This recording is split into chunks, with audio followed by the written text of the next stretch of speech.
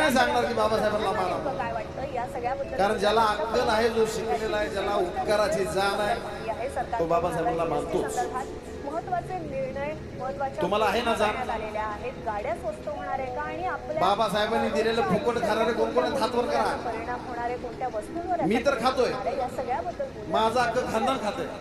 आजची तिसरी गोष्ट सायबर क्राईम बद्दलची आहे. तुम्हाला बाबासाहेबांनी दिलं नाही का? ज्याला दिलं नाही त्याने हात खाली राहू दे, ज्यांना ज्यांना दिले त्यांचे हात वर होते. मेल आला असेल तर स्टेजवरचे सुद्धा स्कॅम असू शकतो.